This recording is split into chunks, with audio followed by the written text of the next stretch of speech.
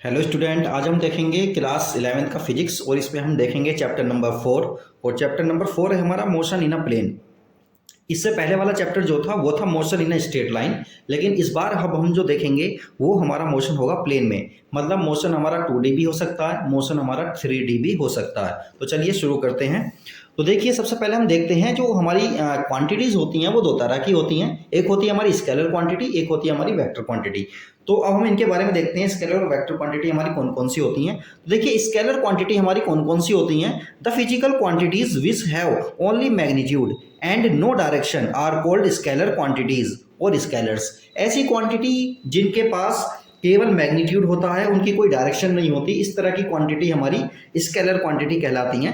जैसा कि एग्जांपल में हम देख सकते हैं, इसके मास हो गया हमारा, वॉल्यूम हो गया, डेंसिटी, या फिर टाइम, टेम्परेचर, या इलेक्ट्रिसिटी या इलेक्ट्रिक करंट, ये सब हमारे क्या हैं, ये स्केलर क्वांटिटी होती हैं। इनमें हम मैग्नीट्यूड बता देते हैं, हमारा काम चल जाता है, कोई डायरेक्शन बताने की आवश्यकता नहीं होती। जैसे कि टाइम के बारे में बात करें तो टाइम हमने बता दिया कि 4 बजे हैं, 5 बजे हैं, इसमें हमें डायरेक्शन बताने की कोई आवश्यकता नहीं है। इसी तरह से टेम्परेचर हम बता देते हैं, टेम्परेचर में भी डायरेक्शन बताने की कोई आवश्यकता नहीं होती। इसी तरह से हम देखते हैं वेक्टर क्वांटिटीज।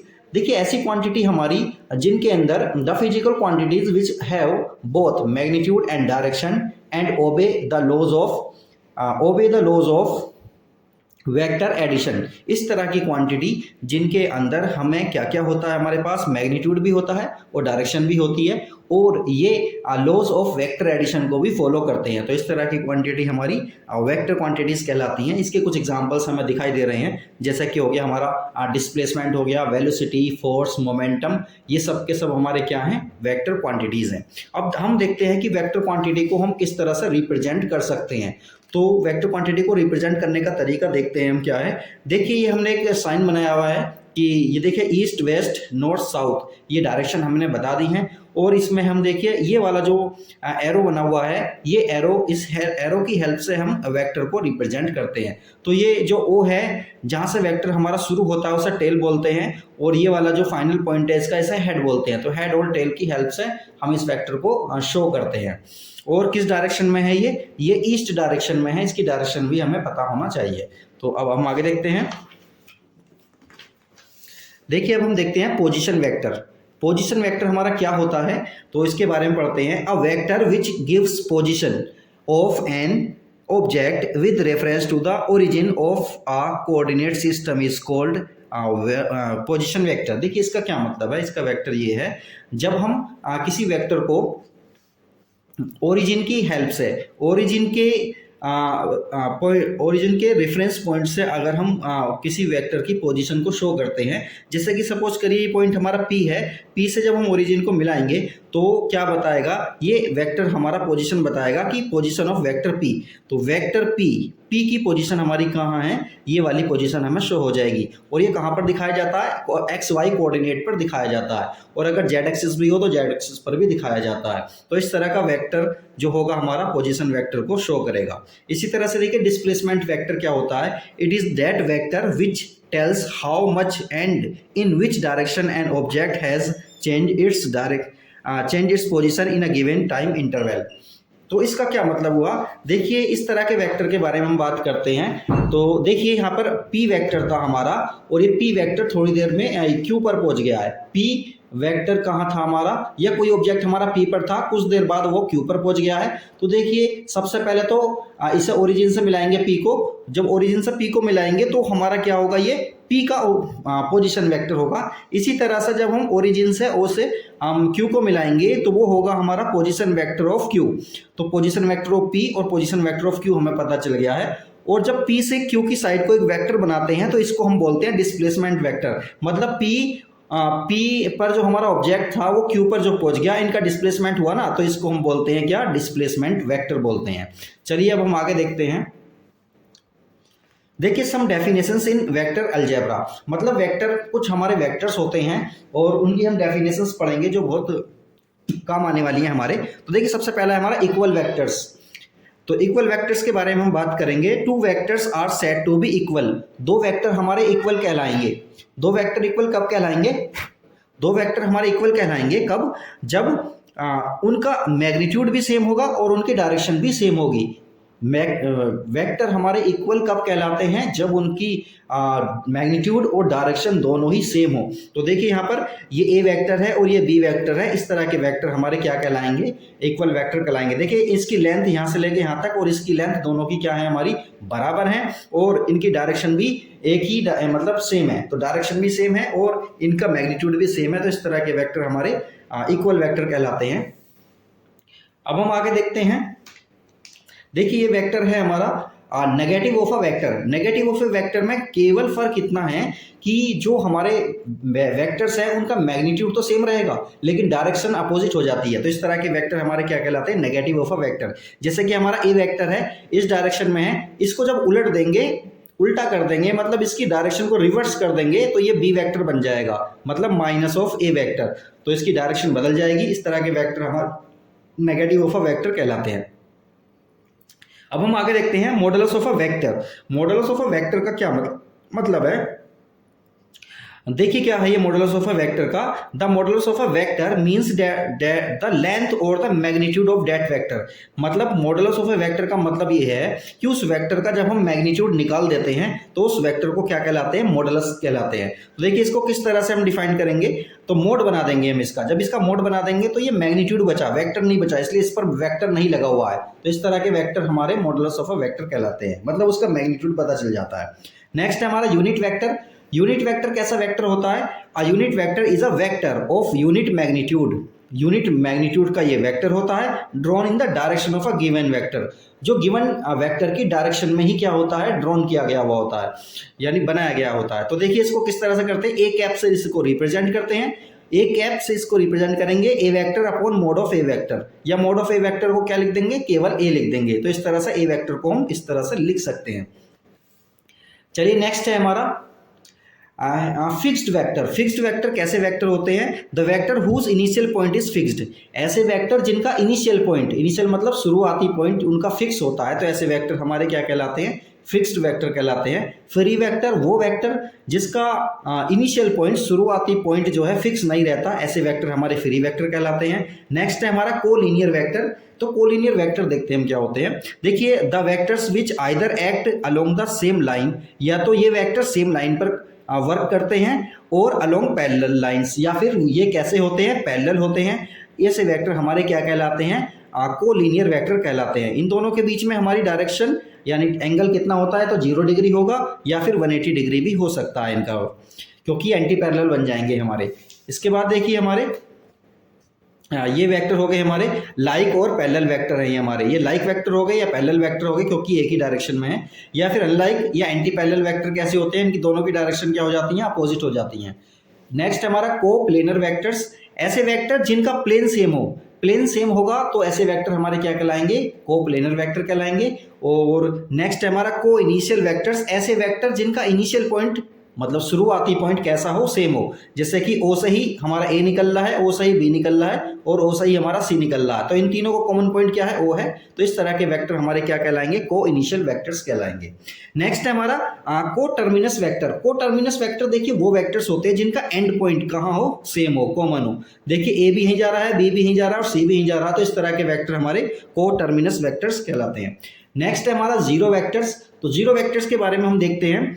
अ जीरो और null vector is a vector. Zero vector या नल वेक्टर वो वेक्टर होता है जो है जीरो मैग्नीट्यूड, जिसका मैग्नीट्यूड क्या होता है, जीरो होता है, एंड एन आर्बिट्रेरी डायरेक्शन। और इसकी डायरेक्शन कौन सी होती है, आर्बिट्रेरी। आर्बिट्रेरी का मतलब है डायरेक्शन इसकी कहीं भी हो सकती है। तो ऐसे वेक्टर्स हमारे क्या कहलाते हैं, जीरो वेक्टर कहलाते हैं। और ये जीरो के ऊपर एरो लगाकर हम इसको रिप्रेजेंट करते हैं। अब इसकी जीरो वेक्टर्स की हम कुछ प्रॉपर्टी देख लेते हैं, फिर आगे चलते हैं। देखिए जीरो वेक्टर्स की हमारी ये कुछ प्रॉपर्टीज हैं। When a vector is added to zero, जब कोई वेक्टर जीरो के साथ ऐड किया जाता है तो वही वेक्टर आ जाता है। इसी तरह से जब किसी रियल नंबर की जीरो वेक्टर में मल्टीप्लाई करते हैं तो वो जीरो वेक्टर ही आता है। नेक्स्ट हमारा when A vector is multiply by zero, जब किसी वेक्टर की जीरो के साथ मल्टीप्लाई की जाती है तो वो उसको भी जीरो बना देता है। इसी तरह से देखिए if alpha lambda and mu are two different non zero real numbers then the relation between, तो ये रिलेशन हमारा बन जाता है can hold only if the B और ए, और ये कब तभी होल्ड करेगा जब ए और बी की वैल्यू हमारी नॉन जीरो होगी, यानी जीरो नहीं होगी। अब हम आगे देखते हैं। देखिए नेक्स्ट है हमारा multiplication of a vector by a real number. जब किसी वेक्टर में हम रियल नंबर की मल्टीप्लाई कर देते हैं तो देखिए क्या बन जाता है। तो हम यहाँ देखते हैं, देखिए ए वेक्टर है हमारा और इसमें हमने 2 की मल्टीप्लाई कर दी, तो देखिए डायरेक्शन इसकी सेम रहेगी लेकिन इसकी लेंथ का ये डबल बन जाएगा। तो इस तरह हम इसकी मल्टीप्लाई कर सकते हैं। यहाँ देखिए हमने ये ए वेक्टर है हमारा और इसमें हमने किसकी मल्टीप्लाई की, -2 की मल्टीप्लाई की है। -2 की मल्टीप्लाई करने पर एक तो इसकी लेंथ डबल हो जाएगी और इसकी डायरेक्शन भी हमारी बदल जाएगी, डायरेक्शन जस्ट रिवर्स हो जाएगी। तो इस तरह से मल्टीप्लाई कर सकते हैं वेक्टर्स की। और अब देखिए हम नेक्स्ट है हमारा composition of vectors. Composition of vectors का क्या मतलब है, जिसे ध्यान से पढ़ते हैं हम। द रिजल्टेंट ऑफ 2 और more vectors is that single vectors. मतलब जब 2 या 2 से ज़्यादा वेक्टर का एक कॉम्बिनेशन हम लेंगे, उनका जो है फाइनल रिजल्टेंट लेंगे, तो वो सिंगल जो रिजल्टेंट होगा वो वेक्टर जो होगा which produce the same effect, जो सेम इफेक्ट को प्रोड्यूस करेगा, जैसा कि वो अलग अलग इंडिविजुअली वो जो है इफेक्ट को शो करते। तो वुड प्रोड्यूस मतलब क्या है, ये द प्रोसेस ऑफ एडिंग 2 और more vectors is called composition vector. 2 या 2 से ज़्यादा वेक्टर को जब कंपोजिशन करेंगे तो इस तरह के एडिंग करेंगे उनकी, तो इस तरह के वेक्टर्स या हमारी जो प्रोसेस कहलाएगी क्या कहलाएगी, कंपोजिशन ऑफ वेक्टर्स कहलाएगी।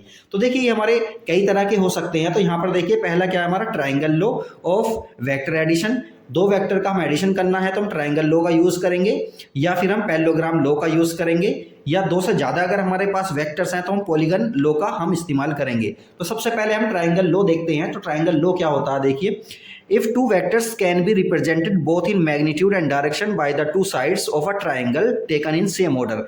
मतलब ये हमें 2 वेक्टर दिए हुए हैं और उन 2 वेक्टर्स को जब हम जो है किसी ट्राइंगल की 2 साइड के थ्रू, जैसा कि उसमें दिया हुआ है हमें वेक्टर की डायरेक्शन के अकॉर्डिंग सेम टू सेम रख देते हैं, तो इस तरह के वेक्टर्स को कि जब हम रिजल्टेंट निकालते हैं तो रिजल्टेंट हमारा देखिए किस तरह से आता है, then their resultant is represented completely both in magnitude and direction. तो इनका रिजल्टेंट हमारा कंप्लीटली किस तरह से शो होगा, मैग्नीट्यूड में भी और डायरेक्शन में भी होगा, third side of the triangle taken in the opposite order, जो कि अपोजिट ऑर्डर में ली गई होती है। अब देखते हैं इसको डायग्राम के थ्रू समझते हैं इसको। तो यहाँ देखिए हमारा ये वेक्टर हमारा ए है, इसकी डायरेक्शन इधर साइड में है, ये हमारा बी वेक्टर है, इसकी डायरेक्शन ये रही। तो देखिए ए वेक्टर को हमने यहाँ रख दिया, ये रहा ए वेक्टर, ओपी हमारा ए वेक्टर है, और बी वेक्टर जो है हमारा इसकी डायरेक्शन इस डायरेक्शन में है, तो इसे उठाकर सीधा हमने यहाँ रख दिया है। तो ये हो गया हमारा बी वेक्टर, पी क्यू हमारा, पी क्यू हमारा क्या है, बी वेक्टर है। तो हमने इसमें देखा कि इसमें जो हमारा थर्ड डायरेक्ट जो इसकी ये होगी ट्राइंगल की फर्स्ट साइड, ये होगी सेकंड साइड, तो थर्ड साइड जो है हमारी रिजल्टेंट को बताएगी इन दोनों का। और वो रिजल्टेंट कैसा होगा, वो अपोजिट होगा। मतलब जाना कैसे चाहिए था, ऐसे जाना चाहिए था, लेकिन क्या बताया इन्होंने, अपोजिट डायरेक्शन में होगा। मतलब डायरेक्शन कैसी होगी हमारे रिजल्टेंट की, ये होगी, और इसे रिप्रेजेंट करेंगे R vector. R vector equal होगा हमारा A vector plus B vector. तो देखिए यहाँ पर according to triangle law of vector addition, तो ओ क्यू इक्वल क्या होगा हमारा, ये हमारा ओ है और ये हमारा क्यू है। ओ क्यू हमारा किसके इक्वल होगा, OP vector plus P Q vector. तो OP vector plus P Q vector, और ओ क्यू की वैल्यू कितनी है हमारी आर, ये हो गया हमारा आर वेक्टर। ओपी की वैल्यू कितनी है हमारी ए वेक्टर, ये हो गया हमारा ए वेक्टर। इसी तरह से पी क्यू की वैल्यू कितनी है हमारी बी वेक्टर। तो इस तरह से इसको ट्राइंगल लॉ को हम देख सकते हैं, ये हमारा रिजल्टेंट बन जाएगा। इसी तरह से हम देखते हैं parallelogram law, parallelogram law of vector addition. इसमें भी देखिए क्या होता है हमारा, इसमें हमारा है if 2 vectors can be represented both in magnitude and direction by the 2 adjacent sides of a parallelogram. मतलब 2 बराबर बराबर साइड की अगर हम पैरेललोग्राम लॉ के अकॉर्डिंग देखते हैं, तो 2 बराबर साइड के अगर हम वेक्टर लें,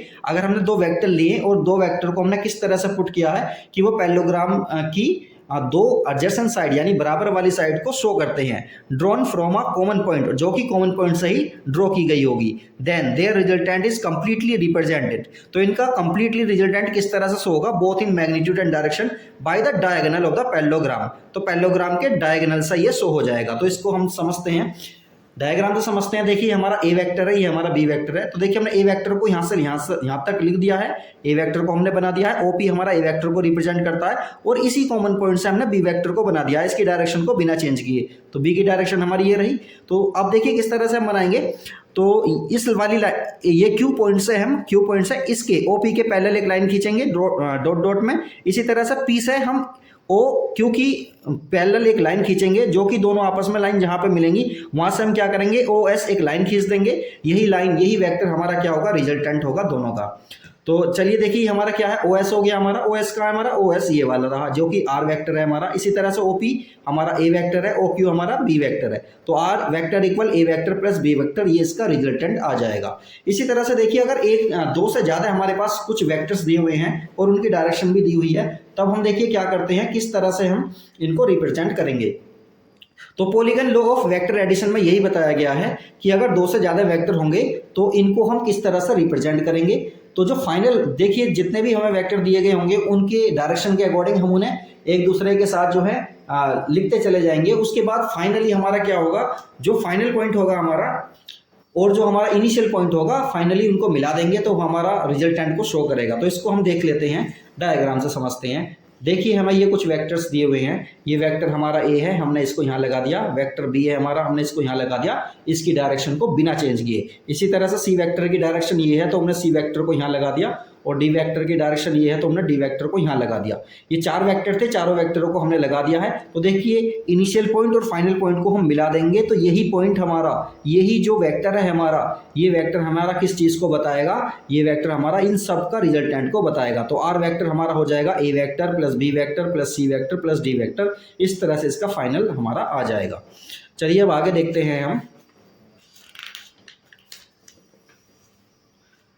देखिए हमारा क्या है, एनालिटिकल ट्रीटमेंट, मतलब क्या है, देखिए analytical treatment of the triangle law of vector addition. तो वेक्टर एडिशन का एनालिटिकल ट्रीटमेंट हम करेंगे।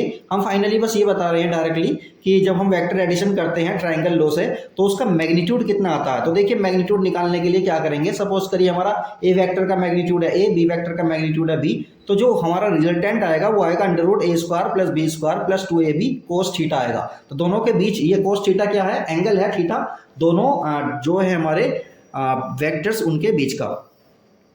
तो चलिए अब हम देखते हैं आगे। अब हम देखते हैं अपने वेक्टर की डायरेक्शन की, डायरेक्शन ऑफ रिजल्टेंट, मतलब वो जो हमारा रिजल्टेंट आया है उसकी डायरेक्शन क्या होगी। तो उसके लिए फॉर्मूला होता है हमारा tan beta equal B sine theta upon A plus B cos theta. ये जो tan बीटा है, मतलब ये जो रिजल्टेंट है हमारा, किससे एंगल बनाएगा, make an angle beta with the direction of A से जब ये एंगल बनाएगा तो ऊपर लेंगे बी और नीचे हमारा ये ए आएगा, फिर प्लस बी, मतलब दोनों एंगल हमारे बी के साथ होंगे। अगर हमारा रिजल्टेंट हम ए से ले रहे हैं कि रिजल्टेंट हमारा ए से कितना एंगल बनाएगा, तो हमारा दोनों एंगल किसके साथ होंगे, हमारे बी होंगे, बी साइन थीटा ए प्लस बी कोस थीटा होंगे। तो tan बीटा इक्वल हमारा आ जाएगा ये। तो देखिए इसका रिजल्ट वो देख लेते हैं हम डायग्राम। तो देखिए डायग्राम कुछ इस तरह से होगा इसका। तो देखिए ये वाला जो हमारा रिजल्टेंट है, ये रिजल्टेंट हमारा एंगल बना रहा है किसके साथ, ए के साथ बना रहा है, और ये एंगल कितना हमारा बीटा एंगल है ये। तो इस तरह से हम इसको देख सकते हैं ठीक से। अब हम आगे चलते हैं। इसी तरह से देखिए analytical treatment of parallelogram law of vector addition. तो इसके लिए भी हम फाइनली जो मैग्नीट्यूड होगा हमारा, रिजल्टेंट होगा, रिजल्टेंट का मैग्नीट्यूड, उसके लिए भी यही फॉर्मूला होगा। देखिए यही फॉर्मूला है हमारा, R equal under root A square plus B square 2ab cos theta. और इसी तरह से इसका भी जो डायरेक्शन ऑफ रिजल्टेंट है वो भी इसी तरह से यही सेम फॉर्मूला रहेगा। चलिए आगे देखते हैं अब हम।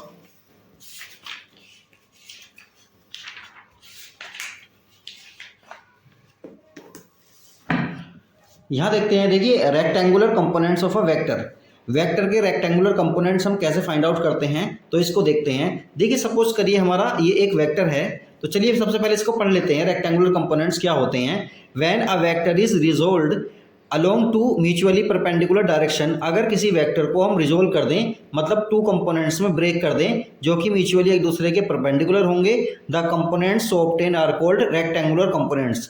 तो वो जो कंपोनेंट हमारे वेक्टर के आएंगे उन्हें हम क्या बोलते हैं, रेक्टेंगुलर कंपोनेंट्स बोलते हैं। तो इसको देखते हैं हम यहाँ पर। देखिए सपोज करिए हमारे पास ये वेक्टर है हमारा ए वेक्टर, जो कि ओपी से रिप्रेजेंट हो रहा है हमारा, ये ए वेक्टर है। इस ए वेक्टर को इसके दो कंपोनेंट में हम ब्रेक कर लेते हैं। तो देखिए यहाँ से हम एक परपेंडिकुलर ड्रॉ करेंगे, तो यहाँ पर जो एक वेक्टर आएगा ओ एम जो वेक्टर है हमारा, ये एक्स डायरेक्शन में, इसलिए इसे ए एक्स वैक्टर बोल देंगे। इसी तरह से हमारा इसी पॉइंट से हम पी से हम इस वाई वाली एक्सिस पर एक परपेंडिकुलर ड्रॉ करेंगे, तो यहाँ पर भी हमारा ओ एन एक लाइन आएगी और इस वेक्टर को क्या बोलेंगे, ए वाई बोलेंगे, क्योंकि ये वाई डायरेक्शन में है। तो ए एक्स और ए वाई, ये जो दो वेक्टर हैं हमारे, ये म्यूचुअल एक दूसरे के परपेंडिकुलर हैं, और यही क्या कहलाते हैं, हमारे रेक्टेंगुलर कंपोनेंट्स कहलाते हैं किसी वेक्टर के। तो अब हम आगे देखते हैं। देखिए ए एक्स को हम क्या लिख सकते हैं, ए एक्स आई कैप लिख सकते हैं, क्योंकि ए एक्स वैक्टर जो है हमारा, ए एक्स एक्स एक्सिस की साइड में है तो इसे आई कैप से रिप्रेजेंट करेंगे। मतलब आई कैप क्या है, यूनिट वेक्टर है जो कि हमारी एक्स डायरेक्शन को बता रहा है। इसी तरह से देखिए ए वाई है हमारा, ए वाई वैक्टर हो जाएगा हमारा ए वाई जे कैप हो जाएगा। जे कैप क्या बता रहा है, हमारा यूनिट वेक्टर है और ये वाई डायरेक्शन को बता रहा है। इसी तरह से ए जो आएगा हमारा finally A x I cap plus A Y J cap आ जाएगा। और इसी तरह से हम आगे देख सकते हैं कि ए एक्स जो है हमारा ए कोस थीटा हो जाएगा और ए वाई हमारा ए साइन थीटा हो जाएगा। तो अब हम इसका क्या करेंगे, इस वाले इन दोनों का हम स्क्वायर करके ऐड करेंगे। तो ए X square plus A Y square कितना आ जाएगा हमारा, ए स्क्वायर को कॉमन ले लिया जाएगा तो cos square theta plus sign square theta क्या बन जाएगा हमारा 1 बन जाएगा। 1 की स्क्वायर में मल्टीप्लाई करेंगे तो ये स्क्वायर आ जाएगा। इसी तरह से इसका अंडर रूट हम लेना चाहेंगे तो ए इक्वल क्या आ जाएगा हमारा, जो मैग्नीट्यूड होगा हमारा ए का under root A X square plus under root, मतलब अंडर रूट के अंदर ही है A X square plus A Y square. और इसमें टेन थीटा अगर हम लेना चाहें, मतलब इन दोनों का क्या करेंगे हम, ए वाई इसको इससे डिवाइड कर देंगे तो फिर क्या आएगा हमारा टेन थीटा आ जाएगा, जिसे बोलेंगे हम ए वाई अपॉन ए एक्स। या थीटा की वैल्यू अगर हम निकालना चाहेंगे तो ये क्या आ जाएगा हमारा, थीटा इक्वल टेन इनवर्स ए वाई अपॉन ए एक्स आ जाएगा। चलिए आगे देखते हैं। अब हम देखिए रेक्टेंगुलर कंपोनेंट हमारे 3D में भी हो सकते हैं। तो ये 3D के लिए देखिए डायग्राम है हमारा।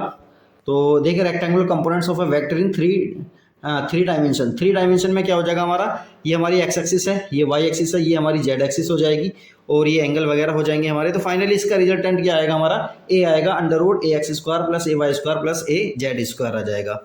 इसी तरह से अब हम आगे देखते हैं। देखिए अब हम ये देखते हैं कि स्केलर प्रोडक्ट ऑफ 2 वेक्टर्स। देखिए 2 वेक्टर हमें दिए हुए हैं और उनकी हमें प्रोडक्ट करनी है। तो प्रोडक्ट किस तरह से करेंगे, तो देखिए सबसे पहले हम बात करेंगे स्केलर और डॉट प्रोडक्ट की। तो स्केलर और डॉट प्रोडक्ट होता क्या है हमारा, तो स्केलर और डॉट प्रोडक्ट ऑफ 2 वेक्टर्स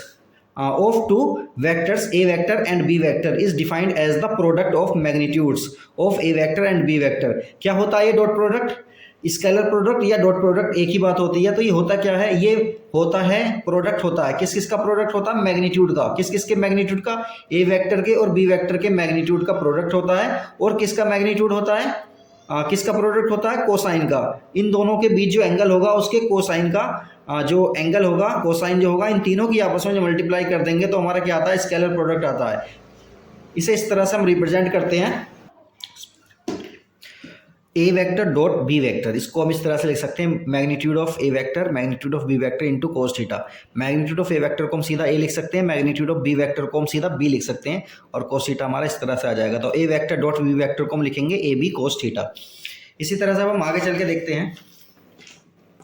देखिए एंगल किस तरह से होता है दोनों के बीच, इस तरह से हमारा एंगल होता है। ये ए वेक्टर हो गया हमारा, ये बी वेक्टर हो गया। इन दोनों के बीच का जो एंगल होता है उसका हम क्या लेते हैं, कोस थीटा ले लेते हैं। अब हम आगे देखते हैं, इसके कुछ एग्जाम्पल देख लेते हैं। तो देखिए एग्जाम्पल है हमारा वर्क डन फॉर्मूला होता है हमारा W equal F vector dot S vector. तो ये स्केलर वर्क डन क्या होता है हमारा, स्केलर होता है। वर्क डन हमारा स्केलर होता है तो इसका ये फॉर्मूला बन जाएगा F vector dot S vector. इसी तरह से देखिए आप पावर का जो फॉर्मूला होता है P इक्वल होता है हमारा F vector dot V vector. ये भी क्या होता है, एक स्केलर क्वांटिटी होती है, इसलिए इसी तरह से magnetic flux B vector dot A vector ये भी हमारी क्या है, स्केलर क्वांटिटी होती है। अब हम कुछ प्रॉपर्टीज वगैरह देखेंगे जो हमारी स्केलर प्रोडक्ट होती है उसकी कुछ प्रॉपर्टी होती हैं। तो स्केलर प्रॉपर्टी में देखिए क्या होती है इसकी, ये स्केलर प्रोडक्ट कम्यूटेटिव होता है। कम्यूटेटिव का मतलब ये है एक ही बी में डॉट प्रोडक्ट करो या बी की ए में डॉट प्रोडक्ट करो, दोनों की दोनों क्या होती हैं, सेम होती हैं। इसी तरह से डिस्ट्रीब्यूटिव प्रॉपर्टी होती है इसकी ओवर एडिशन में डिस्ट्रीब्यूटिव प्रॉपर्टी का क्या मतलब है, एक ही बी के साथ करेंगे हम। देखिए ये इस तरह से दे रखा, तो एक ही बी के साथ और एक ही सी के साथ करेंगे तो इस तरह से हमारा आ जाएगा। इसी तरह से अब हम देखते हैं, अगर दोनों वेक्टर हमारे एक दूसरे के परपेंडिकुलर हैं, मतलब दोनों के बीच में एंगल कितना 90 डिग्री का है, तो cos 90 की वैल्यू कितनी होती है, 0 होती है। तो इनका जो डॉट प्रोडक्ट आएगा वो 0 आएगा। इसी तरह से देखिए दोनों वेक्टर अगर पैरेलल हैं तो दोनों के बीच में एंगल कितना होगा, 0 डिग्री हो जाएगा। तो cos 0 की वैल्यू 1 होती है, तो इनका जो डॉट प्रोडक्ट आएगा या फिर स्केलर प्रोडक्ट होगा वो ए बी हो जाएगा। इसी तरह से अगर दोनों प्रोडक्ट हमारे 180 डिग्री पर हैं, मतलब दोनों के बीच का एंगल कितना है, 180 है, मतलब दोनों एक दूसरे के क्या है, अपोजिट हैं, डायरेक्शन में अपोजिट है। तो इस तरह से देखिए ए डॉट बी कितना आ जाएगा, cos 180 की वैल्यू कितनी होती है, -1 होती है। तो इनकी वैल्यू हमारी कितनी आ जाएगी, -a आ जाएगी। इसी तरह से देखिए अगर दोनों वेक्टर हमारे एक ही जैसे हैं तो उनके बीच का एंगल कितना हो जाएगा, 0 हो जाएगा। तो cos 0 की वैल्यू 1 होती है, तो इसका सीधा आंसर क्या आ जाएगा, a² आ जाएगा। अब हम आगे चल के देखते हैं। देखिए आई की आई के साथ अगर हम डॉट प्रोडक्ट करेंगे तो क्या आएगा, आई की आई के साथ करेंगे, इसका मतलब दोनों ही एक्स एक्सिस की साइड है और दोनों ही एक ही डायरेक्शन में है, तो दोनों की जो एंगल होगा 0 होगा और कोस 0 की वैल्यू 1 होती है। तो आई की आई में करते हैं तो कितना आता है, 1 आता है। इसी तरह से देखिए किसी की इन तीनों में से आई की आई में करो या जे की जे में या फिर के की के में करेंगे तो 1 आएगा। और अगर हम आई की जे के साथ करेंगे तो देखिए आई एक्स एक्सिस होता है और जे जो होता है ये वाई एक्सिस होता है, दोनों के बीच का एंगल कितना होगा, 90 होगा और कोस 90 की वैल्यू होती है 0, तो इसलिए आई डॉट जे कितना हो जाएगा, 0 हो जाएगा। इसी तरह से आई की जे में, जे की के में या फिर के की आई में करेंगे तो 0 वैल्यू आएगी हमारी। अब हम आगे देखते हैं। देखिए अगर स्केलर प्रोडक्ट हमारे कैसे हैं, देयर कोरस्पॉन्डिंग रेक्टेंगुलर कंपोनेंट की फॉर्म में हमें दिए हुए हैं, तो A vector dot B vector equal कितना आ जाएगा हमारा, A X B X plus A Y B Y plus A Z B Z आ जाएगा। इसी तरह जब हम कोसाइन निकालना चाहेंगे वेक्टर का तो कोसाइन कोस कैसे निकलेगा हमारा, देखिए कोस थीटा हो जाएगा हमारा A vector dot B vector upon mod of A vector into mod of B vector. और अगर इन्हें कंपोनेंट की फॉर्म में लिखना चाहें तो इस तरह से लिख सकते हैं। ए वेक्टर को क्या लिखेंगे हम, मतलब इन दोनों का प्रोडक्ट ये आ जाएगा हमारा, इन दोनों का प्रोडक्ट ये वाला आ जाएगा, तो इसको यहाँ लिख देंगे सीधा सीधा। और अंडर रूट क्या हो जाएगा हमारा, ए वेक्टर का मोड कितना आएगा, A X square plus A Y square plus A Z square into under root B X square plus B Y square plus B Z square आ जाएगा। इसी तरह से हम आसानी के साथ हम देख सकते हैं पूरा का पूरा। अब हम देखते हैं ये हम देखते हैं वेक्टर प्रोडक्ट क्या होता है। तो वेक्टर प्रोडक्ट देखते हैं। तो देखिए वेक्टर प्रोडक्ट के बारे में देखेंगे। वेक्टर प्रोडक्ट या फिर क्रॉस प्रोडक्ट, वेक्टर प्रोडक्ट या क्रॉस प्रोडक्ट एक ही बात होती है, इसको पढ़ते हैं। द वेक्टर और cross product of two vectors is defined as the vector whose magnitude is equal to the product of the, किस किस के प्रोडक्ट के इक्वल होता है ये, ऑफ टू वेक्टर्स, दो वेक्टर के प्रोडक्ट के इक्वल होगा। और साइन के एंगल, मतलब इनके एंगल का कौन सा होगा, साइन लेंगे हम, एस आई यानी साइन, तो उनके बीच के, उनके तीनों के आपस में मल्टीप्लाई के जो है उनके मल्टीप्लाई के इक्वल होता है। और इनकी जो डायरेक्शन होती है प्लेन के परपेंडिकुलर होगी, मतलब एक्स और मतलब ए वेक्टर और बी वेक्टर का जो प्लेन होगा उसके परपेंडिकुलर होगी। तो इस तरह से एक वेक्टर क्रॉस बी वेक्टर को हम लिखेंगे A B sine theta into N cap. N cap क्या है, हमारी डायरेक्शन बताएगा। ये किसकी डायरेक्शन को बताएगा, ए क्रॉस बी की डायरेक्शन को बताएगा, जो कि कहाँ होगी, इस प्लेन के परपेंडिकुलर होगी। देखिए इस तरह समझें इसे कि देखिए हमारा ए वेक्टर हो गया, बी वेक्टर हो गया, इसका ये प्लेन है, ये वाला ये प्लेन दिखा दिया है, तो इस प्लेन के परपेंडिकुलर होगी किसकी डायरेक्शन, ए क्रॉस बी की डायरेक्शन। इसी तरह से देखिए इन्होंने स्क्रू रूल बताया है, screw right hand screw rule बोलते हैं इसे। कैसे बोलते हैं, राइट हैंड स्क्रू रूल बोलते हैं। तो राइट हैंड स्क्रू रूल क्या है, तो देखिए जब हम अपने स्क्रू को क्या करते हैं, हम ए वेक्टर से बी साइड को घुमाएंगे तो ये वेक्टर ये हमारा जो स्क्रू होगा कहाँ जाएगा, अंदर की साइड को जाएगा। तो अंदर की साइड को जाएगा, यही डायरेक्शन हमारी क्या होगी, ए क्रॉस बी की डायरेक्शन होगी। या फिर राइट हैंड थंब रूल भी है, जिसकी हेल्प से हम बता सकते हैं कि ये जो हमारा वेक्टर की डायरेक्शन होगी ए क्रॉस बी की कहाँ होगी, इस तरह से होगी। तो देखिए अपनी थंब जो है हमारा थंब को, और देखिए अपनी जो ये राइट हैंड है हमारा, इसकी जो ये हमारी फिंगर है, इनको हम कर्ल करेंगे, यानी कि घुमाएंगे इनको, किस डायरेक्शन में घुमाएंगे, ए से बी डायरेक्शन में घुमाएंगे, और थंब को रखेंगे बिल्कुल सीधा। तो थंब जिस डायरेक्शन को बताएगा वही हमारी क्या होगी, ए क्रॉस बी की डायरेक्शन हो जाएगी। इस तरह से अब हम आगे चल के देखते हैं, कुछ एग्जाम्पल्स देखते हैं अपने जो वेक्टर प्रोडक्ट या क्रॉस प्रोडक्ट के कुछ एग्जांपल हमारे यहाँ। टॉर्क हो गया हमारा, टॉर्क एक वेक्टर क्वांटिटी होती है, तो इसमें टो इक्वल होता है R vector cross F vector. तो ये एक एग्जांपल हो गया हमारा। एंगुलर मोमेंटम को एल से रिप्रेजेंट करते हैं, तो एल वेक्टर इक्वल हो गया हमारा R vector cross P vector. तो इसी तरह से इंस्टेंटेनियस वेलोसिटी है V vector equal omega vector into cross R vector. तो ये तीनों की तीनों ही हमारे एग्जांपल किस चीज़ के हैं, ये क्रॉस प्रोडक्ट के एग्जांपल हैं, और ये तीनों ही क्वांटिटी हमारी कैसी होती हैं, वेक्टर क्वांटिटी होती हैं।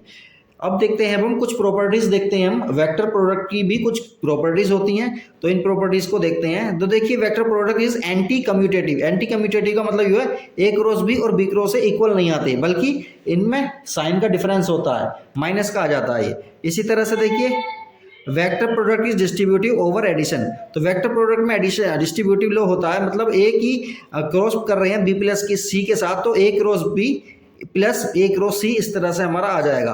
अगर ये दोनों ही वेक्टर हमारे कैसे हैं, पैरेलल हैं या फिर एंटी पैरेलल हैं, तो पैरेलल के केस में क्या हो जाएगा, साइन 0 0 होता है, और 180 साइन 180 के केस में भी 0 होता है। तो जब ये दोनों वेक्टर हमारे पैरेलल हो जाएंगे तो ए क्रॉस बी की वैल्यू कितनी आ जाएगी, 0 आ जाएगी। और इसी तरह से अगर दोनों वेक्टर कैसे हैं, अगर एक वेक्टर हमारा दूसरे के जैसा है बिल्कुल, दोनों वेक्टर एक ही जैसे हैं, तो एक रो से कितना आ जाएगा, ए और ए के बीच का एंगल कितना होगा, 0 होगा। तो इस केस में एक रो से कितना आ जाएगा, 0 आ जाएगा। और अगर मैग्नीट्यूड हमारा मतलब दोनों वेक्टर हमारे एक दूसरे के परपेंडिकुलर हैं तो sin 90 आएगा, और sin 90 की वैल्यू हम जानते हैं 1 होती है, तो ए क्रॉस बी की वैल्यू आ जाएगी हमारी ए बी आ जाएगी। इसी तरह से देखिए अब हम देखते हैं वेक्टर को, इस तरह से देखते हैं। देखिए आई की जे के साथ करेंगे तो के आएगा, जे की के के साथ करेंगे तो आई आएगा, के की क्रॉस प्रोडक्ट करेंगे आई के साथ तो जे आएगा। इसी तरह से अगर हम ये वाला ऑर्डर बदल दें, जे को आई कर दें, आई को जे कर दें, तो ये माइनस का आता है और कुछ नहीं है, बस माइनस का आता है, साइन चेंज हो जाता है बस। अब हम आगे देखते हैं ए क्रॉस बी को। देखिए अब हमें जो है रेक्टेंगुलर कंपोनेंट की फॉर्म में हमें ए क्रॉस बी दिया हुआ है, तो फिर देखिए किस तरह से करेंगे। इससे पहले ये देख लेते हैं, देखिए आई की आई के साथ या जे की जे के साथ या के की के साथ करते हैं तो 0 आता है। क्यों? क्योंकि आई की आई के साथ करेंगे तो सेम की सेम के साथ कर रहे हैं, मतलब आई एक्स एक्सिस की डायरेक्शन में होता है और दूसरा वाला आई भी एक्स एक्सिस की डायरेक्शन में होगा, तो दोनों के बीच का एंगल कितना हो जाएगा, 0 हो जाएगा, और साइन 0 की वैल्यू 0 होती है, इसलिए क्या हो जाएगा, ये सेम सेम वाली चीज़ें कितनी आती है हमारी, 0 आती हैं। अब हम देखते हैं ए क्रॉस बी का क्रॉस प्रोडक्ट देखते हैं और रेक्टेंगुलर कंपोनेंट की फॉर्म में देखते हैं। तो आई जे के हमारा ये हो गया A X A Y A Z B X B Y B Z, मतलब ये डिटर्मिनेंट वाले फॉर्मूले से हम इसको सोल्व करेंगे। इसी तरह से जब हम साइन थीटा निकालना चाहेंगे, एंगल निकालना चाहेंगे दो वेक्टर के बीच का, तो साइन एंगल जो होगा वो होगा mod of A cross B, मतलब ए क्रॉस बी निकालेंगे, फिर उसका हम मैग्नीट्यूड निकालेंगे और ए वेक्टर का मैग्नीट्यूड अलग निकालेंगे, बी वेक्टर का मैग्नीट्यूड अलग निकालेंगे और फाइनली इसे डिवाइड कर देंगे, फाइनली हमारा आंसर आ जाएगा। तो ये हो गया हमारा क्रॉस प्रोडक्ट हो गया फाइनल। इसके कुछ न्यूमेरिकल्स वगैरह बनते हैं, उनको भी हम देखेंगे बाद में, अभी फिलहाल हम थ्योरी देख रहे हैं। तो अब हम देखते हैं motion in a plane. Motion in a plane के लिए देखिए हमें क्या बताना पड़ेगा, उसकी जो है हमें पोजीशन बतानी पड़ेगी, और पोजीशन किस में बतानी पड़ेगी, एक्स एक्सिस और वाई एक्सिस दोनों में बतानी पड़ेगी। तो देखिए पोजीशन वेक्टर जो होगा हमारा ये होगा, देखिए ओ पी का जो पोजीशन वेक्टर है वो आर वेक्टर है, और इसे कंपोनेंट की फॉर्म में जब हम दिखाएंगे एक्स आई कैप वाई जे कैप, तो आर वेक्टर क्या हो जाएगा हमारा, एक्स आई कैप प्लस वाई जे कैप हो जाएगा। इस तरह से हम इसको दिखा सकते हैं आसानी के साथ। अब हम आगे देखते हैं,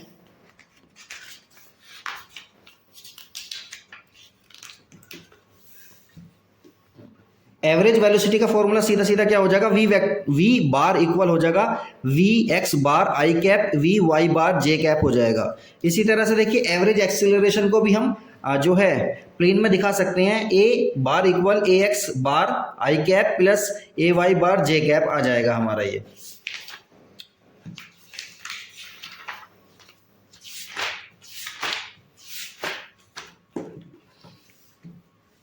यहाँ देखते हैं अब हम प्रोजेक्टाइल मोशन। प्रोजेक्टाइल मोशन देखिए क्या होता है, देखिए एक ऐसा मोशन, चलो पहले पढ़ लेते हैं इसको। तो देखिए क्या है, a projectile is the name given to any body which once thrown into space with some initial velocity. Projectile जो है किसी भी बॉडी के मोशन को किसको देते हैं, जब किसी बॉडी को हम क्या करते हैं, थ्रो करते हैं स्पेस में और इनिशियल कुछ वेलोसिटी उसको देते हैं, तो इस तरह का जो मोशन होगा हमारा उसको हम बोलेंगे क्या, प्रोजेक्टाइल बोलेंगे। लेकिन इसकी भी कंडीशन है, moves thereafter under the influence of gravity alone, जो किसके अलोन जाना चाहिए, मतलब किस ग्रेविटी के अलावा उस पर कोई और फोर्स लगा हुआ नहीं होना चाहिए, विदाउट बीइंग प्रोपेल्ड, मतलब उसे प्रोपेल्ड नहीं किया जाना चाहिए, मतलब उसे कोई इंजन या कोई फ्यूल की हेल्प से उसे लेके नहीं जाना चाहिए, मतलब इनिशियल वेलोसिटी जो दे दी वही उसकी वेलोसिटी रहेगी और वो वेलोसिटी जो है बढ़ेगी नहीं, किसी इंजन के थ्रू उसको जो है उस वेलोसिटी को हम इंक्रीज नहीं करेंगे। The path followed by a projectile is called इस ट्रेजेक्टरी। तो ये जो पाथ फॉलो करेगा, जो हमारा वो पाथ को फॉलो करेगा, उस पाथ को हम बोलेंगे ट्रेजेक्टरी बोलेंगे। तो इसको ध्यान से इस तरह से समझते हैं, देखिए इसे इस तरह से समझते हैं। देखिए जब हम किसी बॉडी को वर्टिकल से अलग डायरेक्शन में, मतलब वर्टिकल डायरेक्शन कैसी हो जाएगी, वर्टिकल डायरेक्शन हो जाएगी सीधी ऐसे, इस तरह से पत्थर को हम उछाल रहे हैं, लेकिन हमने पत्थर को इस तरह से वर्टिकल डायरेक्शन में नहीं फेंका, बल्कि वर्टिकल से किसी भी अदर डायरेक्शन में जब हम किसी स्टोन को फेंकते हैं, पत्थर को या किसी ऑब्जेक्ट को फेंकेंगे, तो देखिए वो इस तरह से जाएगा, इस तरह से, तो ये ऊपर जाएगा। मतलब पहले तो क्या होगा, इसकी वेलोसिटी हमारी जो भी हमने वेलोसिटी दी है वो वेलोसिटी के थ्रू वो कहाँ पहुंच जाएगा, मैक्सिमम हाइट तक पहुंच जाएगा। फिर वो जो उसकी वेलोसिटी थी वो कितनी हो जाएगी, 0 हो जाएगी। फिर ये क्या होगा, धीरे धीरे नीचे आता चला जाएगा और यहाँ जाएगा। तो इस तरह का जो मोशन होगा हमारा, इस मोशन को हम क्या बोलते हैं, प्रोजेक्टाइल बोलते हैं। और जिस पाथ को इसने फॉलो किया है, पत्थर ने हमारे या ऑब्जेक्ट ने जिस पाथ को फॉलो किया है, इस पाथ को हम क्या बोलते हैं, ट्रेजेक्टरी बोलते हैं। तो इसी के बारे में अब हम थोड़ा सा डिस्कस करेंगे कि ये क्या होता है और किस तरह का होता है। तो सबसे पहले देखिए examples of projectile motion. Projectile motion के कुछ एग्जांपल्स हैं, उनको हम देखते हैं। तो देखिए a javelin thrown by an athletes, मतलब जो जेवलिन वगैरह वो फेंकते हैं ना, भाला वगैरह कोई भी चीज फेंकते हैं, तो वो भी क्या होता है, प्रोजेक्टाइल मोशन की फॉर्म में जाता है। नेक्स्ट हमारा an object dropped from an aeroplane, जब किसी एरोप्लेन, चलते हुए एरोप्लेन से किसी चीज को, किसी ऑब्जेक्ट को हम ड्रॉप करते हैं, तो वो सीधा एकदम वर्टिकली डाउनवर्ड नहीं आता, बल्कि कैसा आता है, पैराबोलिक, मतलब वो कैसा आता है, पैराबोला की फॉर्म में आता है, मतलब प्रोजेक्टाइल मोशन की फॉर्म में आता है वो। नेक्स्ट हमारा bullet fired from a rifle, जब राइफल से हम बुलेट को फायर करते हैं तो वो भी किस फॉर्म में जाती है, वो भी पैराबोलिक फॉर्म में जाती है, बिल्कुल सीधी स्ट्रेट लाइन में नहीं जाती। इसी तरह से देखिए a jet of water coming out from the sides hole of a vessel, जब हम किसी वेसल में, किसी बर्तन में जब पानी भरा होता है, तो जब हम उसमें एक छेद कर देते हैं तो पानी भी हमारा कैसा आता है, प्रोजेक्टाइल मोशन की फॉर्म में ही आता है। नेक्स्ट हमारा stone thrown horizontally from the top of a building, जब किसी बिल्डिंग से हम क्या करते हैं, किसी पत्थर को फेंकते हैं, तो वो कैसा आता है, पैराबोलिक फॉर्म में आता है। तो इसके बहुत सारे एग्जाम्पल्स हो सकते हैं। तो अब हम आगे देखते हैं, कुछ अजम्पशंस हमें माननी पड़ती हैं, जो जब हम पैराबोलिक मोशन को जो है पढ़ेंगे, तो कुछ ना कुछ हमारे लिए अजम्पशंस होंगी जिनको हमें मानना पड़ेगा। पहली क्या है हमारी, there is no air resistance on the projectile, projectile पर एयर का रेजिस्टेंस कुछ नहीं होना चाहिए, तभी वो ठीक तरह से हम इसकी कैलकुलेशन कर सकते हैं। नेक्स्ट है हमारा the effect due to curvature of the earth is negligible, मतलब अर्थ का जो कर्वेचर है, effect of due to curvature of the earth के कर्वेचर की वजह से जो हमारा पार्टिकल है उस पर जो ग्रेविटी लगेगी, वो उस पर वो कोई इफेक्ट नहीं पड़ेगा। नेक्स्ट हमारा effect due to rotation of the earth is negligible, तो अर्थ के रोटेशन की वजह से भी हमारे पार्टिकल पर कोई फर्क नहीं पड़ेगा, ऐसा हम मानते हुए चलेंगे। For all points of the trajectory the acceleration due to gravity is constant, मतलब जो हमारा पार्टिकल ट्रेजेक्टरी पे चलेगा, जिस पाथ पर चलेगा उसको ट्रेजेक्टरी बोलते हैं, तो उसके किसी भी पॉइंट पर ग्रेविटी जो है हमारी चेंज नहीं होगी। इन सब चीज़ों को मानते हुए क्या करेंगे, जो है अपनी कैलकुलेशंस वगैरह करेंगे। चलिए अब हम देखते हैं, एक तो हमारे लिए ये आता है कि इसको प्रूव कैसे करें। ये आता है कि जो ये हमारा ट्रेजेक्टरी होती है पैराबोलिक मोशन की, वो कैसी होती है, एक पैराबोलिक फॉर्म में होती है। तो पैराबोलिक फॉर्म में होती है, उसको शो करने के लिए हम देखिए क्या करेंगे। Projectile fired eight an angle theta with the horizontal, एक प्रोजेक्टाइल है, ऐसा समझिए एक हमारा ऑब्जेक्ट है, इसको देखिए समझते हैं हम। Projectile fired eight an angle theta with the horizontal, एक हमने ऐसा समझिए एक स्टोन को हमने उछाला है या किसी ऑब्जेक्ट को हमने फेंका है, वो हॉरिजॉन्टल से जो है कौन सी डायरेक्शन बना रहा है, हॉरिजॉन्टल से वो थीटा एंगल पर जा रहा है। तो हॉरिजॉन्टल से थीटा एंगल पर हमने इसे छोड़ा ओ से, और ये हमारी एक्स एक्सिस है, ये हमारी वाई एक्सिस है। तो अब ध्यान से समझिए इसको, ये हमारा हो गया यू वेलोसिटी से हमने इसको छोड़ दिया है। तो इस यू वेलोसिटी के हमारे दो कंपोनेंट होंगे, एक होगा यू कोस थीटा जो कि हॉरिजॉन्टल डायरेक्शन में होगा, एक होगा हमारा यू साइन थीटा जो कि वाई डायरेक्शन में होगा। अब देखिए दोनों डायरेक्शन ही है हमारी, जो इस पत्थर को या इस स्टोन को क्या कर रही हैं, पैराबोलिक फॉर्म में चलाएंगी। तो देखिए इसके जो कंपोनेंट है हमारा यू कोस थीटा जो कि हॉरिजॉन्टल कंपोनेंट है, वो कंपोनेंट हमारा चेंज नहीं होगा, वो कांस्टेंट रहेगा पूरे मोशन में। लेकिन जो यू साइन थीटा इसका वर्टिकल कंपोनेंट है, ये कंपोनेंट हमारा जीरो हो जाएगा। तो देखिए क्या होगा, इस ऑब्जेक्ट पर देखिए दो कंपोनेंट लग रहे हैं वेलोसिटी के, यू कोस थीटा जिसकी वजह से ये हॉरिजॉन्टल जाएगा, और जो यू साइन थीटा है जिसकी वजह से क्या करेगा, ये ऊपर की साइड में जाएगा। तो देखिए जैसे ही हमारा प्रोजेक्ट ये हमारा जा रहा है ऑब्जेक्ट, ये ज़्यादा चला जाएगा, तो ये वाला यू कोस थीटा तो हमारा कांस्टेंट ही रहेगा, लेकिन यू साइन थीटा धीरे धीरे कम होता चला जाएगा। क्यों? क्योंकि यहाँ पर ग्रेविटी लग रही है, ग्रेविटी इसको क्या काम करेगी, नीचे की साइड को लाने की कोशिश करेगी, और यू साइन थीटा हमारा स्टार्टिंग में जो भी था वो धीरे धीरे कम होता चला जाएगा। तो जैसे ही यू साइन थीटा हमारा कम होता चला जाएगा, तो इसकी ये मैक्सिमम हाइट तक पहुंच जाएगा। उसके बाद यू साइन थीटा तो हमारा जीरो हो जाएगा, तो पार्टिकल क्या करेगा, अब हमारा नीचे की साइड में आना शुरू कर देगा। तो इस तरह से क्या होगा, हमारा ये प्रोजेक्टाइल मोशन हमारा बन जाएगा। तो देखिए इसमें तीन चीजें होती हैं। सबसे पहले तो ये देखिए, जीरो से लेके ये पार्टिकल हमारा हॉरिजॉन्टल से चला था, और मैक्सिमम हाइट क्रॉस करने के बाद ये फिर ये हॉरिजॉन्टल पर ही आ जाएगा। तो ये हॉरिजॉन्टल डिस्टेंस हमारी कितनी रही, इसको बोलते हैं हम रेंज बोलते हैं। और दूसरा है हमारा मैक्सिमम हाइट, ये कितना गया इसको हम मैक्सिमम हाइट बोलेंगे। और ये इस पार्टिकल को जीरो से लेके मतलब ओ से लेके चलते चलते फाइनली यहाँ आने में कितना टाइम लगा, इसे बोलते हैं टाइम ऑफ फ्लाइट या टोटल टाइम ऑफ फ्लाइट भी बोलते हैं इस चीज़ को। तो अब हम इसी चीज़ को क्या करेंगे, एनालिसिस करेंगे इस चीज़ का और हम इसकी इक्वेशन बनाएंगे। तो सपोज करिए हमारा पार्टिकल किसी टाइम पी पॉइंट पर था, ये वाला पी पॉइंट है, इस पर था हमारा पार्टिकल, और पी जो है हमारा पी के जो कंपोनेंट वो कोऑर्डिनेट है हमारे एक्स कोमा वाई हैं, और ये वाला वेलोसिटी इसकी कितनी हमारी वी है, ये वी एक्स इसकी जो है हॉरिजॉन्टल डायरेक्शन में, वी वाई इसकी वाई डायरेक्शन में है। तो इस चीज़ को अब हम समझते हैं ध्यान से। तो equation of trajectory of a parabolic projectile, projectile का हम क्या करेंगे, इक्वेशन बनाएंगे किसकी, ट्रेजेक्ट्री की, मतलब उसके पाथ की हम इक्वेशन बनाने जा रहे हैं। तो suppose the body reaches the point P, तो किसी भी टाइम पर हमने क्या माना, पॉइंट पी पर हमारी बॉडी पहुंच गई है और वो टाइम कितना है, टी है। इसके बाद हॉरिजॉन्टल डिस्टेंस कवर्ड कितनी होगी, हॉरिजॉन्टल डिस्टेंस उसने टाइम टी में कितनी कवर की, एक्स कवर की, और ये हॉरिजॉन्टल डिस्टेंस क्या हो जाएगी, velocity, horizontal velocity into time. Horizontal velocity कितनी थी इसकी, यू कोस थीटा थी, और टाइम कितना है हमारा टी। तो इस तरह से हम यहाँ से टाइम निकाल लेंगे। तो you cos theta into T, ये किसके इक्वल आ रहा है, हमारा एक्स के इक्वल आ रहा है। तो यहाँ से टी इक्वल आ जाएगा हमारा X upon U cos theta आ जाएगा। इसी तरह से देखिए वर्टिकल मोशन के बारे में बात करेंगे तो यू कितना है हमारा, यू साइन थीटा, ए कितना है हमारा माइनस का जी, मतलब एक्सीलरेशन कितना लगेगा, माइनस का जी, क्योंकि वो पार्टिकल ऊपर जा रहा है, जी की वैल्यू कहाँ लगेगी, नीचे लगेगी, तो इसलिए क्या होगा, ये माइनस में हो जाएगा।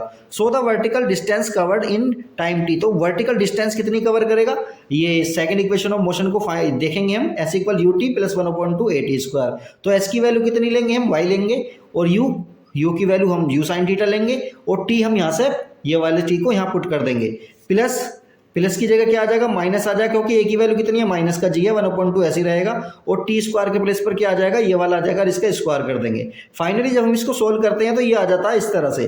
तो देखिए y इक्वल आ गया हमारा P x minus Q x square.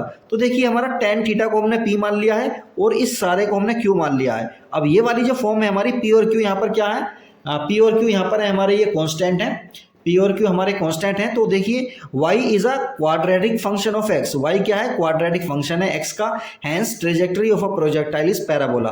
तो ये वाली ट्रेजेक्ट्री हमारी कैसी हुई, ये प्रोजेक्टाइल मोशन को शो करता है। अब हम देखते हैं इसके फॉर्मूले। तो देखिए इसका पहला फॉर्मूला है हमारा time of flight. Time of flight देखिए क्या है, पहले इसकी डेफिनेशन देख लेते हैं। It is the time taken by the projectile from the instant it is projected till it reaches a point in the horizontal plane of its projection. मतलब क्या है, यहाँ से लेके और घूमते हुए यहाँ पहुँचने में जितना भी उसने टाइम लिया उसे बोलते हैं टाइम ऑफ फ्लाइट बोलते हैं। और इसका फॉर्मूला कितना हो जाएगा, T equal to U sine theta upon G. बहुत इंपॉर्टेंट फॉर्मूले हैं, अच्छे से हमें याद रखने हैं। नेक्स्ट है हमारा maximum height of a projectile. Projectile की मैक्सिमम हाइट कितनी होगी, तो it is the maximum vertical distance attained by the projectile above the horizontal plane of projection, it is denoted by H M. तो देखिए ये वाली जो मैक्सिमम हाइट होगी यही हमारी क्या होगी, maximum height of the projectile होगी। और इसका सीधा सीधा फॉर्मूला है हमारा H M equal you square sine square theta upon 2g। ये फॉर्मूला भी हमारा बहुत ज़्यादा इंपॉर्टेंट है। नेक्स्ट है हमारा हॉरिजॉन्टल रेंज। हॉरिजॉन्टल रेंज मैंने अभी बताई कौन सी होती है, it is the horizontal distance travelled by the projectile during its time of flight. Time of flight में इसने हॉरिजॉन्टल डिस्टेंस यहाँ से लेके यहाँ तक ये कितनी कवर की, इसको ही क्या बोलते हैं, हॉरिजॉन्टल रेंज बोलते हैं, और इसे आर से रिप्रेजेंट करते हैं। तो आर इक्वल हो जाएगा हमारा U square sine 2 theta upon G. तो ये फॉर्मूले हमारे सारे इंपॉर्टेंट हैं। अब हम देखिए इसकी कुछ कंडीशंस देख लेते हैं। पहली कंडीशन क्या है हमारी, condition for the maximum horizontal range.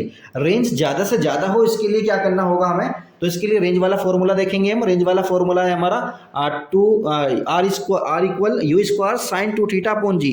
तो देखिए आर की वैल्यू मैक्सिमम होने के लिए क्या है, यू स्क्वायर हमारा कांस्टेंट हो जाएगा, जी भी कांस्टेंट है, तो साइन 2 थीटा की मैक्सिमम वैल्यू आनी चाहिए। अब साइन 2 थीटा की मैक्सिमम वैल्यू कितनी होती है, हम जानते हैं साइन की मैक्सिमम वैल्यू कितनी होती है, 1 होती है। तो साइन 2 थीटा को हम किसके इक्वल रख देंगे, 1 के इक्वल रख देंगे। और 1 जो है साइन में किसकी वैल्यू होती है, साइन 90 की होती है। तो 2 थीटा की वैल्यू कितनी आ गई, 90। तो थीटा की वैल्यू कितनी आई, 45।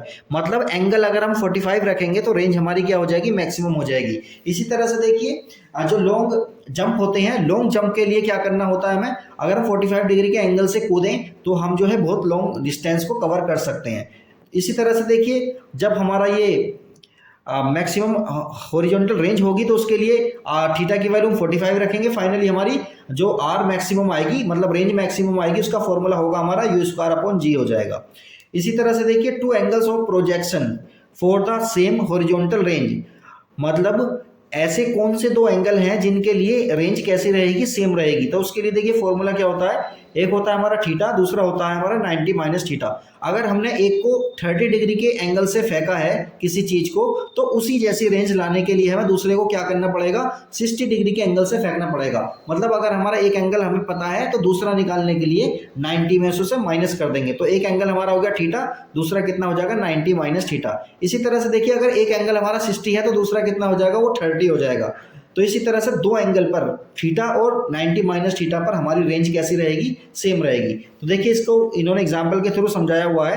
तो देखिए ये वाला पहला एंगल है हमारा 15 डिग्री के पर, तो दूसरा वाला कितने पर आ जाएगा हमारा 75 के पर आ जाएगा। इसी तरह से देखिए अगर एक एंगल है हमारा 30 डिग्री तो दूसरा कितना आ जाएगा हमारा 60 डिग्री पर आ जाएगा। तो दोनों की रेंज कितनी होंगी, हमारी सेम रहेंगी। इसी तरह से अब हम आगे देखेंगे।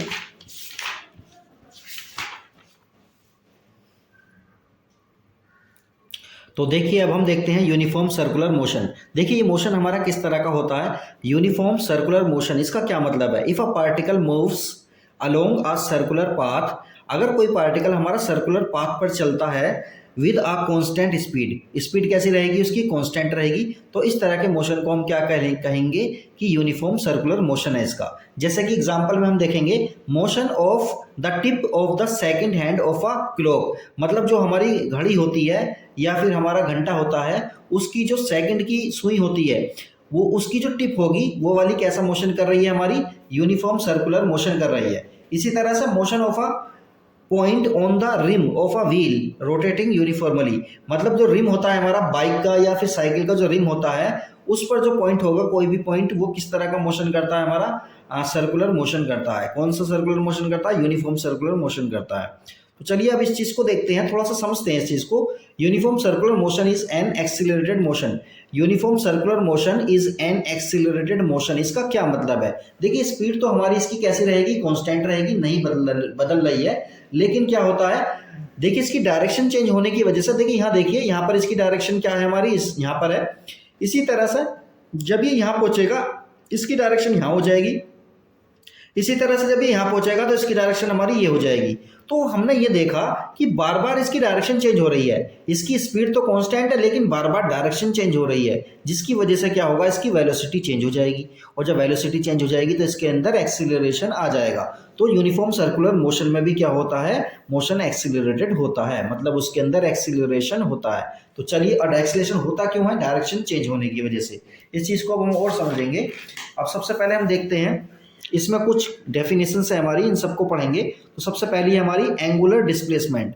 एंगुलर डिस्प्लेसमेंट देखिए क्या होता है, यहाँ पढ़ लेते हैं पहले। The angular displacement of a particle moving along a circular path is defined as the angle swept out by its radius vector in the given time interval. मतलब गिवन टाइम इंटरवल पर क्या है, हमारा पार्टिकल ए पर था और ए के बाद कहाँ पहुंच गया, पार्टिकल बी पर पहुंच गया। तो इसने कितनी डिस्टेंस ट्रेवल की, ये वाली डेल एस की, और ये वाली एंगुलर डिस्टेंस इसने कितनी ट्रेवल करी, डेल थीटा की।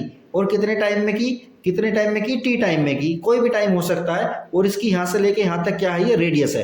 तो देखिए डेल थीटा मतलब एंगुलर डिस्प्लेसमेंट हमारा क्या आ जाएगा, ये एंगल इक्वल होता है आर्क अपॉन रेडियस वाले फॉर्मूले से। एंगल कितना, आर्क कितनी हुई इसकी, हमारी आर्क हुई हमारी इसकी डेल एस, और इसकी रेडियस कितनी हुई, आर हुई। तो इस तरह से फॉर्मूला हमारा बन गया एंगुलर डिस्प्लेसमेंट का, del theta equal del S upon R बन गया। इसी तरह से अब देखते हैं हम एंगुलर वेलोसिटी के बारे में देखते हैं। तो एंगुलर वेलोसिटी में देखिए the time rate of change of angular displacement, angular displacement का rate of change of angular displacement is called its angular velocity. मतलब ये जो हमने अभी देखा है, इसको जब हम डेल टी से डिवाइड कर देंगे तो क्या बन जाएगा, हमारा एंगुलर वेलोसिटी बन जाएगा। और एंगुलर वेलोसिटी को हम किससे रिप्रेजेंट करेंगे, एंगुलर वेलोसिटी को हम ओमेगा से रिप्रेजेंट करते हैं। और ये इसकी जो रेडियस वो होती है, जो इसका यूनिट होगी वो कितनी होगी, रेडियन पर सेकंड होगी। और इसकी डायमेंशन क्या होगी, इस तरह से इसकी ये डायमेंशन होगी। तो ओमेगा बार इक्वल हो जाएगा हमारा del theta upon del T, या फिर लिमिट की फॉर्म में हम इसे लिख सकते हैं। ओमेगा इक्वल है हमारा limit del T tends to 0 del theta upon del T, और इसे हम D theta upon D T भी लिख सकते हैं। नेक्स्ट है हमारा टाइम पीरियड। तो देखिए टाइम पीरियड क्या होता है, the time taken by a particle to complete one revolution along its circular path. मतलब पार्टिकल जब एक कंप्लीट सर्कल को कंप्लीट कर लेगा तो उसको हम क्या बोलेंगे, एक टाइम पीरियड बोलेंगे, और इसे कैपिटल टी से रिप्रेजेंट करते हैं। और इसकी जो मेजरमेंट होगी, यूनिट जो होगी उसमें क्या होगी, सेकंड होगी। इसी तरह से देखिए फ्रीक्वेंसी के बारे में बात करेंगे। तो देखिए फ्रीक्वेंसी क्या होती है, the frequency of an object in circular motion is defined as the number of revolutions completed per second या per unit time. Per unit time में कितने रिवोल्यूशन वो पूरे कर रहा है उसको हम फ्रीक्वेंसी बोलते हैं। और ये किस तरह से डिनोटेट होता है, न्यू से डिनोटेट होता है। ये साइन थोड़ा सा वी की तरह होता है लेकिन वी से थोड़ा सा अलग होता है, इसको क्या बोलते हैं, न्यू बोलते हैं। और जो हमारा इसकी जो यूनिट होगी फ्रीक्वेंसी की वो होती है पर सेकंड होती है। इसी तरह से देखिए दोनों में इनमें क्या रिलेशन है, टाइम पीरियड में और इसमें फ्रीक्वेंसी में रिलेशन है, टी इक्वल होता है 1/न्यू या फिर न्यू इक्वल होता है 1/टी। इसी तरह से हम देखेंगे relation between omega V and T, इन सब में हम रिलेशन देखते हैं। और ये है हमारा न्यू क्या होता है, देखिए ओमेगा क्या है हमारा, ओमेगा हमारा एंगुलर वेलोसिटी है, न्यू है हमारी फ्रीक्वेंसी, और टी क्या है हमारा, टाइम। तो देखिए सबसे पहले हम सीधा फॉर्मूला देखते हैं। एंगुलर वेलोसिटी का फॉर्मूला था हमारा एंगुलर डिस्प्लेसमेंट अपॉन टाइम। तो ओमेगा इक्वल क्या हो गया हमारा, थीटा अपॉन टी हो गया। और थीटा की वैल्यू कितनी है, मतलब टोटल कंप्लीट जो एंगल होगा वो कितना हो जाएगा, 2 पाई हो जाएगा। टी हमारा कैपिटल टी आ जाएगा, और 2 पाई अपॉन टी, 1/टी को क्या बोल देंगे, न्यू बोल देंगे। तो ओमेगा की वैल्यू आ गई हमारी 2 पाई न्यू आ गई। इस तरह से जो है हमारा नेक्स्ट है relation between linear velocity and angular velocity.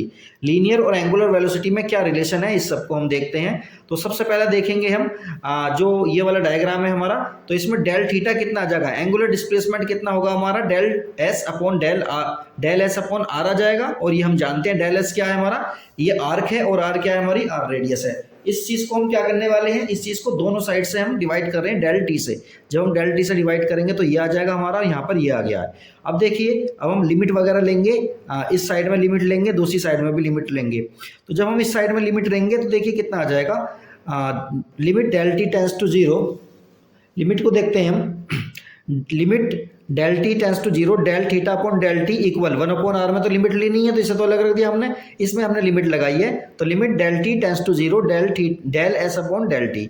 अब ध्यान से देखिए ये चीज़ क्या बनने वाली है, देखिए ये वाली चीज़ हमारी क्या बन जाएगी, del theta upon del T बन जाएगी, जिसको हम क्या बोलेंगे, ओमेगा बोलेंगे।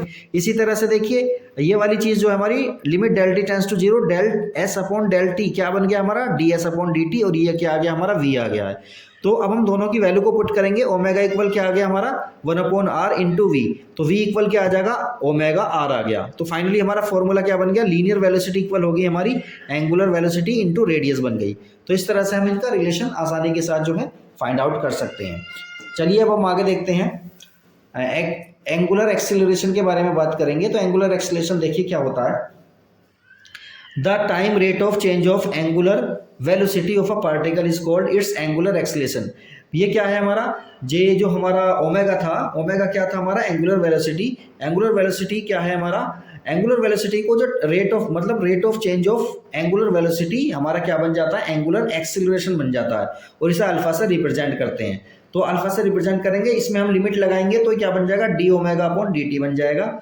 और ये हमारा जो इसकी मेजरमेंट होगी किस में करेंगे, इसका इसकी जो यूनिट होगी वो होगी रेडियन पर सेकंड स्क्वायर, RAD रेडियन पर सेकंड स्क्वायर होगी। और ये एक इसकी डायमेंशन कितनी होती है, ये इसकी डायमेंशन होगी। इसी तरह से देखिए फाइनली हम इनमें आपस में रिलेशन भी देख सकते हैं। तो रिलेशन हमारा क्या आ जाएगा, ए इक्वल हो जाएगा अल्फा इंटू आर। ए क्या है हमारा, लीनियर एक्सीलरेशन, और ये क्या है हमारा, अल्फा एंगुलर एक्सीलरेशन, और आर क्या है हमारी, रेडियस। तो ए वेक्टर इक्वल आ गया हमारा R alpha vector into cross R vector. इस तरह से अब हम थोड़ा सा आगे देखते हैं। तो देखिए ये क्या चीज़ है हमारी, ये है हमारा सेंटीपिटल एक्सीलरेशन। सेंटीपिटल एक्सीलरेशन क्या होता है, इसको थोड़ा सा ध्यान से समझना है हमें। तो देखिए a body undergoing uniform circular motion is acted upon by an acceleration which is directed along its radius towards the center of the circular path. This acceleration is called centripetal acceleration. मतलब क्या है, जब कोई body हमारी circular path पर चलती है तो उस पर एक एक्सीलरेशन लगता है, और वो एक्सीलरेशन किस डायरेक्शन में होता है, सेंटर की ओर होता है, सेंटर की डायरेक्शन में लगता है। इसी को हम क्या बोलते हैं, सेंटीपिटल एक्सीलरेशन बोलते हैं, या सेंटर सीकिंग एक्सीलरेशन बोलते हैं। सेंटर सीकिंग का मतलब क्या है, यानी सेंटर की ओर को जाने वाला या सेंटर की ओर को लगने वाला एक्सीलरेशन बोलते हैं। सेंटीपिटल एक्सीलरेशन ये होता है हमारा। तो देखिए इसको हम इस तरह से समझ सकते हैं। हम देखिए डायग्राम में हमारा, तो पार्टिकल हमारा सर्कुलर पाथ पर इस तरह से चल रहा है, तो एक वेक्टर जो होगा हमारा, मतलब एक इस पर एक्सेलरेशन लग रहा होगा, किस डायरेक्शन में, सेंटर की डायरेक्शन में लग रहा होगा। इसी तरह से क्या रहता है, हमारा पार्टिकल सर्कुलर पाथ पर बना रहता है। अब देखिए यहाँ पर देखते हैं हम, ए इक्वल होता है हमारा वी स्क्वायर अपॉन आर या फिर ओमेगा स्क्वायर आर, ये हमने देखा। अब हम डायरेक्शन ऑफ एक्सेलरेशन के बारे में बात करेंगे। तो ये हो गया, देखिए हमारी डायरेक्शन हो जाएगी इसकी। देखिए ये वी की डायरेक्शन है और ये सेंटर की ओर को जो लग रही है डायरेक्शन, किसी भी पॉइंट पर देखेंगे तो सेंटर की ओर को ही लगेगी, तो वो डायरेक्शन हमारी किसकी हो जाएगी, सेंटीमीटर एक्सेलरेशन की डायरेक्शन हो जाएगी। अब हम देखते हैं circular motion, circular motion with variable speed. अगर हमारी स्पीड कैसी है पार्टिकल की, अब पार्टिकल की स्पीड वेरिएबल हो गई है, मतलब स्पीड जो है अब कांस्टेंट नहीं है, तो इस सिचुएशन में देखिए क्या होगा, इस पर कैसे कैसे फोर्स लगेंगे। देखिए जो है हमारा as the speed of the particle change, अगर पार्टिकल की स्पीड चेंज हो रही है तो acceleration has a tangential component, तो एक्सेलरेशन का टेंजेंशियल कंपोनेंट भी होगा, और वो टेंजेंशियल कंपोनेंट क्या होगा, एटी होगा, डीवी ओवर डी या आर अल्फा इसे बोला जा सकता है। इसी तरह से देखिए इस टाइम इस पर दो कंपोनेंट होंगे। देखिए जब इसकी स्पीड हमारी क्या होगी, कांस्टेंट नहीं रहेगी, तो इस पर एक्सेलरेशन होगा। तो देखिए एक्सेलरेशन हमारा ये होगा, इस एक्सेलरेशन के दो कंपोनेंट होंगे, एटी टेंजेंशियल एक्सेलरेशन, एक कंपोनेंट होगा हमारा ए आर। ये कौन सा कंपोनेंट है हमारा, ये हो गया हमारा एंगुलर वाला हो गया, या फिर इसको बोल सकते हैं हम, इसको बोला जा सकता है रेडियल कंपोनेंट भी बोल सकते हैं। तो अब देखते हैं फाइनली हमारा क्या आएगा। तो ए आर मतलब क्या हो गया हमारा, सेंटीमीटर, ये हो गया एक्सेलरेशन हमारा, रेडियल एक्सेलरेशन हो गया। तो इस रेडियल एक्सेलरेशन को हम किससे, ए आर से या फिर ए सी से रिप्रेजेंट करेंगे, और ये या फिर इसको सेंटीमीटर एक्सेलरेशन भी बोलते हैं, वी स्क्वायर अपॉन आर इसका फॉर्मूला बन जाएगा। इसी तरह से रिजल्टेंट अगर हम ए का निकालना चाहें तो under root A T square plus A R square बन जाएगा, ये फाइनली इसका फॉर्मूला बन जाएगा। इस तरह से देखिए चैप्टर हमारा कंप्लीट हो गया है। तो चैप्टर में तो बस हम न्यूमेरिकल वगैरह बचे हैं, तो इनको न्यूमेरिकल वगैरह को भी हम कब किसी दिन करेंगे। तो वीडियो को देखते रहें, चैनल को सब्सक्राइब करें, वीडियो को लाइक करें, शेयर करें, कमेंट करें, और ज़्यादा से ज़्यादा जो है देखने की कोशिश करें। ओके।